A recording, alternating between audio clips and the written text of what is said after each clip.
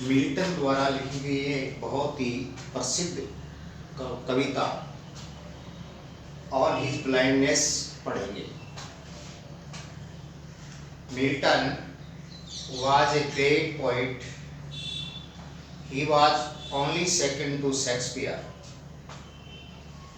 Milton composed so many poems, famous poems. On his blindness is one of them. Milton became blind at the age of 42, and this poem was composed after his blindness. So he reveals something about it. On his blindness कक्षा 11 के English literature के syllabus में है। ये किसी अन्य कक्षा में भी हो सकती है, 10th में या किसी अन्य कक्षा में। आप लोग इसको ध्यान से पढ़िए। ये जहाँ भी है, जिस भी क्लास की सिलेबस में है, उसको आप यहाँ से देखिए और आसानी से इसको समझिए। In this poem, Milton becomes blind at the age of 42. He wanted to serve his maker. Maker means God. He wanted to serve his maker God, but when he became blind, he finds himself unable to do his services. He has a great talent of writing, and now he become blind, so he thinks that he will not be able to serve his maker by writing. Writing is a talent in him, and he wanted to serve his maker by writing something. तो ये कविता इसी PACS में है कि Milton अपनी आधी उम्र में ही अंधा हो गया, और उसमें एक भगवान ने गुण दिया था, टैलेंट दिया था लिखने का। अब वो सोचता है, क्या मैं अंधा होने के बाद भी अपने मेकर की सर्विस कर पाऊंगा, सेवा कर पाऊंगा? क्योंकि अब मैं अंधा हो गया हूँ, तो शायद उस टैलेंट का मैं सदुपयोग नहीं कर पाऊंगा जो भगवान ने मुझे दिया है, मेरे मेकर ने मुझे दिया है। He wanted to serve his maker by writing something because his maker has given him the talent of writing. तो अब यहाँ अपने आप से वो विचार करता है। देखिए, हिंदी और इंग्लिश दोनों में मैं आपको इसको पूरी तरह से समझाऊंगा। तो आफ्टर हिज ब्लाइंडनेस, अंधा होने के बाद वो कंसीडर करता है, ही कंसीडर्स हिमसेल्फ, अपने आप विचार करता है, सोचता है। क्या सोचता है? In the first stanza of the poem, it is the opening stanza of the poem, when I consider how my lives is spent in half my days in this dark world and wide, and that one talent which is death to hide, lost with me useless through my soul more bent, though my soul more bent. देखिए, इसमें when I consider, When I consider, जब मैं ये सोचता हूँ, जब मैं इस पर विचार करता हूँ, how my light is spent, light is spent का मतलब लाइट स्पेंड हो जाना, खत्म हो जाना, अर्थात अंधा हो जाना। तो poet himself considers, विचार करता है, how my light is spent, कि मैं अंधा कैसे हो गया हूँ, मेरी आंखों की रोशनी कैसे चली गई है। In half my days, in half का मतलब before half, my days, my days का मतलब यहाँ लाइफ से है, मेरी आधी उम्र में ही मैं अंधा कैसे हो गया हूँ। In half my days, मेरी आधी उम्र में ही मैं अंधा हो गया हूँ। At the age of 42, he completely become blind. तो 42 वर्ष की उम्र को आधी उम्र माना गया है कि वो अपनी आधी उम्र में ही अंधा हो गया। और this world has become dark and white for him, और ये जो संसार है, in this dark world when he has lost his eyesight, this world has become dark, ये सारा संसार उसके लिए एक अंधेरा हो गया, अंधकार रूपी हो गया, क्योंकि उसकी विजिबिलिटी थी वो खत्म हो गई। He was not in the position of see anything, किसी चीज को देख नहीं सकता था। तो this whole world has become dark for him and wide, और बड़ा हो गया, विशाल बन गया है। देखिए, जब हमें कोई चीज दिखती है तो वो चीज हमारे लिए उसका एक मेजरमेंट होता है कि वो वहाँ है, लेकिन अंधे आदमी का कोई मेजरमेंट नहीं है, उसको कुछ दिखाई नहीं देता है, तो ये संसार उसके लिए बहुत बड़ा विशाल हो जाता है। Because of his blindness this world has become dark full for him and it is also become a wide large, विशाल बन गया है। आप पहले दो पंक्तियां देखिए, जब कवि ये सोचता है कि मेरी आंखें कैसे, मेरी आई साइट कैसे खत्म हो गई, और मेरी आधी उम्र में ही ये जो गुण था मेरा ये समाप्त हो गया, और ये संसार मेरे लिए अंधकार रूपी और विशाल बन गया। And that one talent which is death is to hide, and that talent, what was the talent in him? The talent was writing something, लेखन क्रिया का उनमें एक गुण था। And that talent which is death to hide, और ये जो गुण है, ये जो टैलेंट मुझे मेरे मेकर ने, मेरे ईश्वर ने, भगवान ने मुझे दिया है, ये मेरी मृत्यु तक मेरे साथ रहेगा। ये गुण जो है मेरे साथ ही रहेगा। गुण साथ रहने का अर्थ क्या है कि मैं उसको दूसरों तक नहीं दे पाऊंगा, बिकॉज ऑफ हिज ब्लाइंडनेस। अगर किसी व्यक्ति के पास कोई टैलेंट है और वो किसी को प्रोवाइड नहीं कर सकता, किसी को दे नहीं सकता, किसी को बांट नहीं सकता, तो वो उसके पास ही रह जाता है, उसको समाज का उसको फायदा नहीं मिलता है। And that one talent which is death to hide, वो मेरे साथ ही रह जाएगा।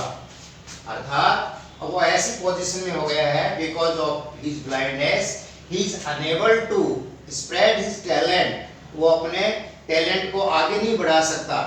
ही wanted to write something in the praise of God, but now he finds himself unable to do it, so he says that this talent will remain with him till his death, lost with me, अर्थात मेरे साथ ही रहेगा, loss रहेगा, useless, and it will remain useless. I will not be able to use my talent, मैं मेरे गुण का, मेरे टैलेंट का उपयोग नहीं कर पाऊंगा। lost with me, useless, it will remain useless because I am not in the position of writing something because of my blindness. मेरी आंखें खराब होने के कारण मैं इसी टैलेंट का उपयोग नहीं कर पाऊंगा। So it has become useless. ये बेकार हो गया है। Though my soul more vain, though my soul more vain, लेकिन हालांकि मेरी जो आत्मा है वो ईश्वर की, मेरे मेकर की सेवा करने की तरफ और ज्यादा झुकी हुई है। He wanted to serve his God. He wanted to serve his maker. He is bent. वो झुका हुआ है, उसका झुकाव है कि मैं अर्थात मेरे टैलेंट का उपयोग करूं और मेरे मेकर के बारे में कुछ लिखूं या कोई मैं अपने गुण का प्रदर्शन कर सकूं। उसका विचार ये है कि अभी भी मैं ये चाहता हूं कि मेरे इस टैलेंट का प्रयोग मैं करूं, मैं टैलेंट के प्रयोग करने की तरफ मैं झुका हुआ हूं।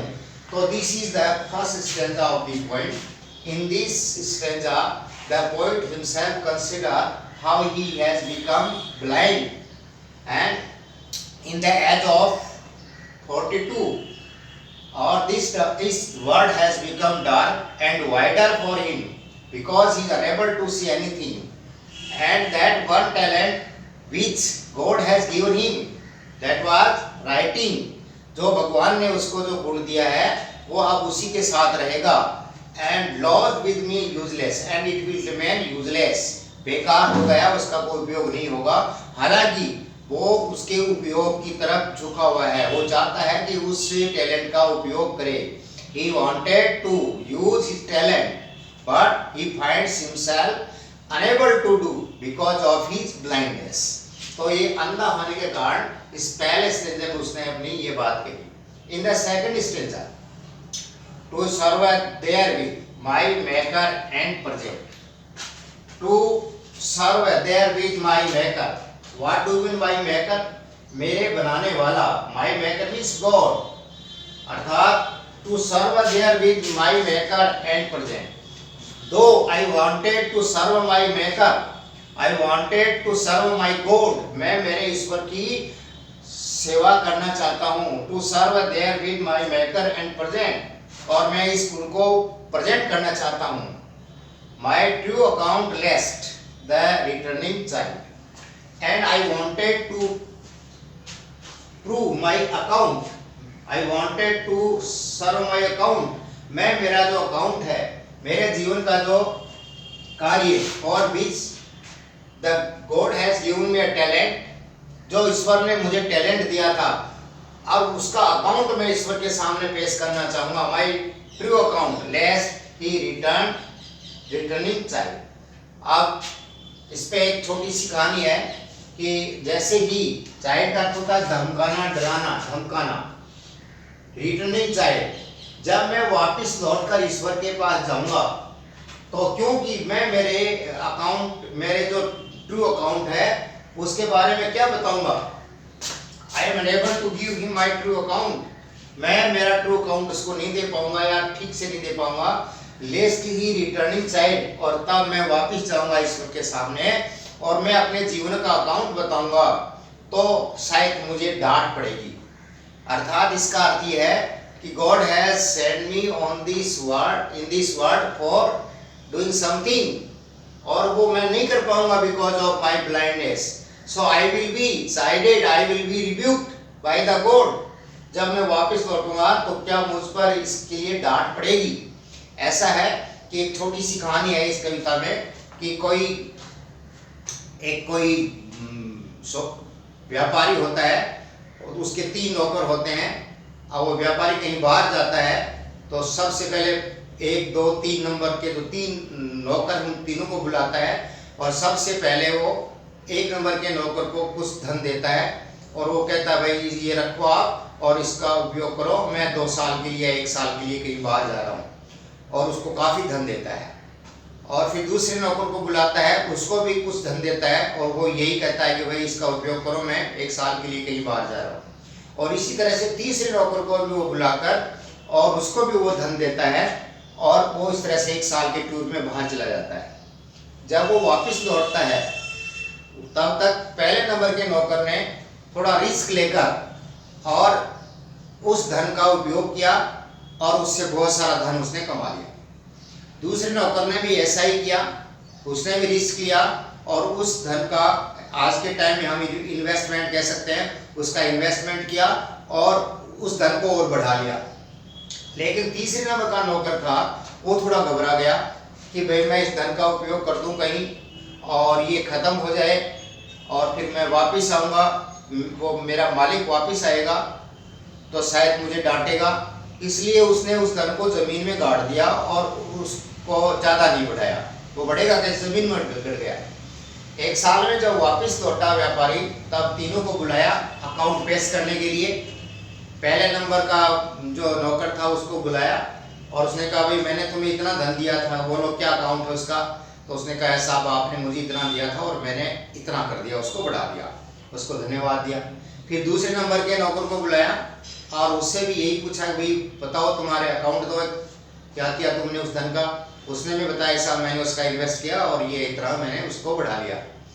इसी तरह से तीसरे नौकर को बुलाया तो तीसरे नौकर ने वो जो धन दिया था उसको है जैसे जैसे लेकर और वो उसके सामने रख देता है और कहा कि सर मैंने तो इसको बिल्कुल सुरक्षित रखा, इसका मैं कोई इन्वेस्टमेंट नहीं किया और ये धन आपका है जैसे के जैसे है. तो उसको उसने फटकारा, कहा कि तुमने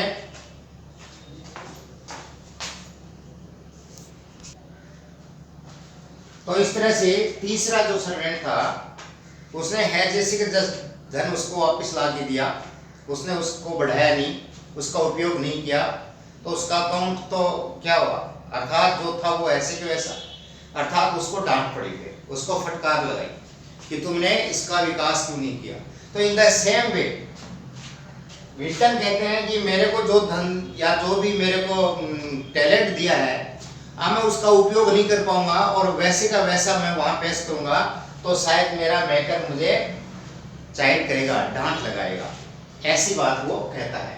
तो वो now Milton wanted to invest his talent, अर्थात अपने टैलेंट को इन्वेस्ट करके और उसको बढ़ाना चाहता है, लेस्ट ही रिटर्न, ताकि वो जाए तब उसका मेकर उसको डांटे नहीं। लेकिन अब now he changes his ideas. तो पहले तो ये उसके दिमाग में था कि मैं सही तरीके से सेवा नहीं कर पा रहा हूँ, हालांकि मैं करना चाहता हूँ, जब मैं वापस लौटूंगा तो मेरा क्या अकाउंट बताऊंगा, मुझे डांट पड़ेगी, ऐसा वो होता है। लेकिन तुरंत वो थोड़ा चेंज करता है, doth God exact their labor, doth God exact their labor, doth का मतलब यहाँ डच है, God exact is चाहना, want, their labor, क्या lie denied, lie denied का मतलब the person who has lost his eyesight, उसकी lie denied हो गई, अंधा आदमी। doth God exact their labor, क्या ईश्वर अंधे आदमी से भी सेवा चाहता है, doth God exact their labor, lie denied, lie denied का मतलब blind person, does God need labor, their labor from a blind man, क्या ईश्वर अंधे आदमी से भी सेवा करवाना चाहता है, लेबर चाहता है। I fondly ask, कहा कि मैंने ये बड़ा मूर्खतापूर्ण प्रश्न किया अपने आप से। I fondly ask, fondly का मतलब foolishly, I fondly ask but patient to prevent, लेकिन मेरे धैर्य ने मुझे थोड़ा रोका कि धैर्य रखो, गॉड को जो है वो शायद अंधे और इस तरह के किसी आदमी की सेवा की आवश्यकता नहीं है। Doth God exact their labor, lie denied, अर्थात क्या ईश्वर अंधे आदमियों से सेवा चाहता है। I fondly ask, ये तो बड़ा मूर्खतापूर्ण मैंने प्रश्न अपने आप से किया। But patience to prevent, लेकिन मेरे धैर्य ने, पेशेंस ने मुझे रोका। अर्थात in the second stanza the poet want to convey idea, क्या आइडिया बता रहे हैं वो, to serve there with my maker and present, कि I want to serve my maker, my true account lest his returning child, ताकि मैं जब वापस लौटूंगा तो मेरा अकाउंट उसको मैं दूंगा, तो क्या मुझे डांट नहीं पड़ेगी। But he changes his idea and he said to himself, put a question to himself, does God exact their labor? Does God need any labor from a blind person? It is very foolishly a question, कि ईश्वर को किसी अंधे या किसी भी आदमी की सेवा की आवश्यकता नहीं है। मेरे धैर्य ने मुझे रोकते हुए ऐसा कहा। In the concluding stanza or the third stanza, that murmur soon replies, murmur का मतलब बड़बड़ाना, अर्थात to talk himself, अपने आप में ही बातचीत करना, that is the murmur, soon replies, अर्थात वो अपने आप में ही उसका एक उत्तर आता है, God doth not need, God doth not need, God का ईश्वर, doth मतलब does not need, ईश्वर को नहीं चाहिए, उसको कोई आवश्यकता नहीं है। So he answered his question himself, अपने प्रश्न का खुद ही उत्तर देता है मर्मरिंग करके, that murmur soon, और उसका अपने आप ही बड़बड़ाहट में एक उत्तर आया, रिप्लाइज देता है वो, God doth not need, ईश्वर को कोई सेवा की आवश्यकता नहीं है। Either man's work or his own gift who best, God does not need either man's work, ना तो किसी मनुष्य के काम की उसको आवश्यकता है, और his own gift, ना ही उसने, ईश्वर ने जो हमें गिफ्ट दी है और उसके बदले में उसे कुछ देना है, ऐसा कुछ नहीं है। अर्थात God does not need any work of the man, any work from the man, or what he has given to him, उसके रिटर्न में भी ईश्वर को कुछ नहीं चाहिए।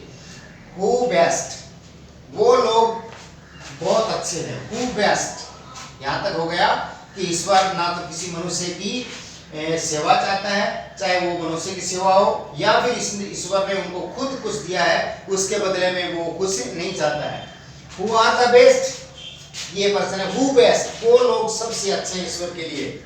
बियर हिज माइल्ड योग, बियर हिज माइल्ड योग, बियर का मतलब सहन करने, माइल्ड योग, योग होता है बैल के कंधे पर एक गाड़ी में जोतने के लिए बैल को तैयार किया जाता है, अर्थात योग लगने पर बैल अपनी सेवा करने के लिए तत्पर रहता है। तो यहाँ अर्थ ये है कि who best, the person who are best for him, who are ready to serve him, अर्थात योग लग के जैसे बैल तैयार हो जाता है किसी कार्य करने के लिए, वैसे वो अपनी फॉर्म में आ जाता है कि भाई मैं अब काम करने के लिए तैयार हूँ। जब भी उसका मालिक उसे काम लेता है तो वो तैयार रहता है। तो बियर हिज माइल्ड योग, जो अपना जो जोतने के लिए जो जुआ तैयार रहता है, अर्थात who is ready to work, they serve him best, वो लोग उनकी सबसे अच्छी सेवा करते हैं। वो लोग who are ready to serve him, जो उनकी सेवा करने के लिए तैयार रहते हैं, अर्थात बैल को उदाहरण दिया कि बैल को जैसे योग लगा दिया जाता है तो वो गाड़ी खींचने के लिए तैयार रहता है, उसी तरह दे सर्व हिम बेस्ट, ऐसे लोग जो अपनी कार्य करने के लिए तत्पर रहते हैं वो उसके अच्छे सेवक होते हैं। His state is kingly, his state is kingly, his state का मतलब his means God, God state is kingly, बहुत विशाल है, किंगली है, साई है, बहुत बड़ी स्टेट है उनकी। He has a kingly state, राजा की जो राजा है वो महाराजाओं की स्टेट होती है उससे भी कहीं ज्यादा, अर्थात his state is kingly, वो बहुत बड़ी स्टेट रखता है। Thousands at his bidding speak, and there are thousands and thousands spirits are ready to serve him, अर्थात उनकी सेवा करने के लिए हजारों जो स्पीड्स हैं, एंगल्स हैं, are ready, thousands and thousands angels are ready in his service, they are waiting for his signal to serve him, अर्थात वो उनकी सेवा करने के लिए तत्पर रहते हैं। All the time thousands and thousands of angels are ready to serve him all the time, so he does not need any service from the man, either he is fit or blind, किसी मनुष्य से उनको किसी प्रकार की सेवा की जरूरत नहीं होती है, because he has a kingly state, and thousands of spirits or angels are ready in service, they are waiting for his order, and post over land and oceans with train, post का होता है यहाँ travel, post का क्या है travel, अर्थात वो तैयार रहते हैं, they are ready, post over land चाहे जमीन हो, ओवर ओशियन चाहे समुद्र हो, विदाउट एनी रेस्ट बिना किसी विश्राम किए वो हमेशा, thousands and thousands of angels are ready on land and on ocean all the time without rest, उनको they are always engaged in service, अर्थात वो इतना किंगली है, इतना विशाल स्टेट है उनका कि हजारों और हजारों जो एंजल्स हैं वो उनकी सेवा में 24 घंटे ऑल द टाइम तैयार रहते हैं, चाहे वो जमीन हो, चाहे वो आकाश हो, चाहे वो ओशियंस हो, समुद्र हो। They also serve who only stand and wait, और अंत में उन्होंने क्या कहा, The person who are also serve God, वो भी उनकी सेवा करते हैं, who only stand and wait, जो उनके ऑर्डर को लेने के लिए अर्थात उनकी सेवा करने के लिए तैयार हैं और इंतजार करते हैं। The person they are not doing his service, but they are ready to serve him, also serving the God. तो देखिए इसमें ये बात कही है कि भगवान जो है वो किसी सेवा के मोहताज नहीं है, उनकी सेवा के लिए हजारों दूत जो हैं वो हमेशा तैयार रहते हैं, चाहे जमीन हो चाहे समुद्र हो, उन सब पे वो निरंतर उनकी सेवा के लिए तैयार रहते हैं बिना रुके हुए। और उन्होंने ये भी कहा कि वे लोग जो सेवा नहीं कर रहे हैं लेकिन सेवा करने के लिए तैयार हैं और उसका इंतजार कर रहे हैं, वो लोग भी ईश्वर की सेवा कर रहे होते हैं। They are also serving the God who are waiting for the service, जो सेवा के लिए तैयार करें। तो ये थी आपकी point, very beautiful point. First, second, third तीनों स्ट्रेंजास मैंने आपको बड़ी अच्छी तरह से समझाने का प्रयास किया है। आप इसको शायद मैं सोचता हूँ समझ गए होंगे। तो ये कविता आपकी 11th क्लास की लिटरेचर, इंग्लिश लिटरेचर में ये पहली पोइम है, पढ़िए इसको। थैंक्स।